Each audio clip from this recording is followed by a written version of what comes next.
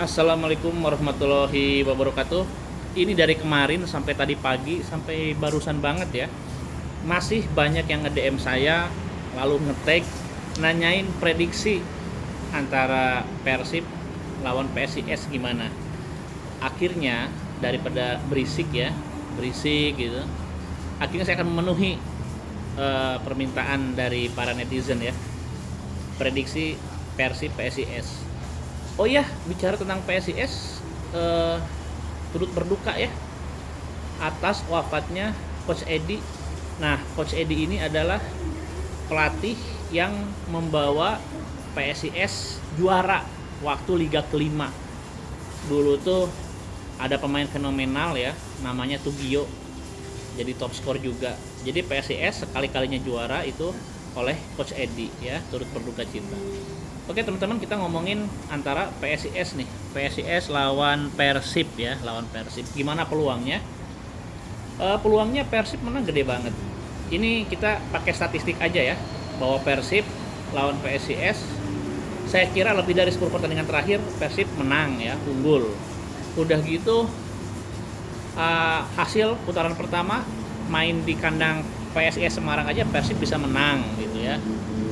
Udah gitu tentang statistik-statistik lain ya yang simpel-simpel, kayak ternyata maaf nih, salah satu lumbung kemenangan Persib ya dalam beberapa musim terakhir, setiap kali satu satu satu level dengan PSIS ya, PSIS ya salah satu lumbungnya Persib gitu.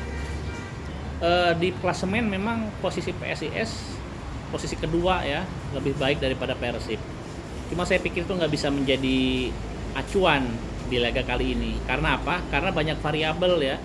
Jadi poin yang diperoleh oleh kedua tim hingga menempatkan PSIS di posisi kedua dan Persib posisi keempat itu tidak semata-mata terjadi karena kekuatan mereka dan dipertemukan di kompetisi, enggak, banyak variabel. Oh ya, Persib juga punya masalah ya terkait konsistensi. Itu terjadi di laga terakhir, masih kelihatan tuh nggak konsisten, lengah segala macam. Itu bakalan jadi hal yang fatal, berbahaya ya kalau misalkan masih terjadi.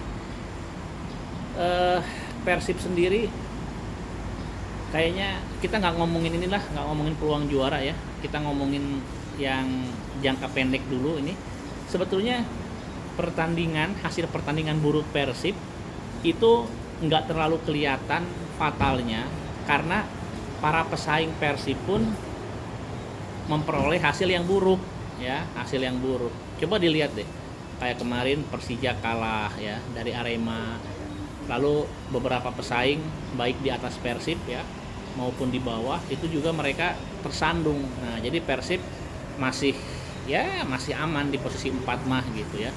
Tapi kalau misalkan Persib kemarin tergelincir lalu pesaingnya menuai hasil positif, udah ya, 4 aja nggak aman, posisi 4 aja nggak aman.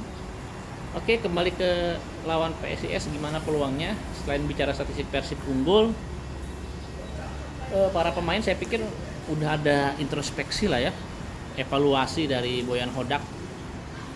Saya pikir pemain-pemain seperti siapa yang main, mungkin Rezaldi Hanusa, Igo Nevo ya, Kevin kayaknya masih Kevin, tengah Mark Locke. Saya nggak tahu nih, saya punya firasat pembedanya tuh bukan pemain Brazil ya, nanti sore.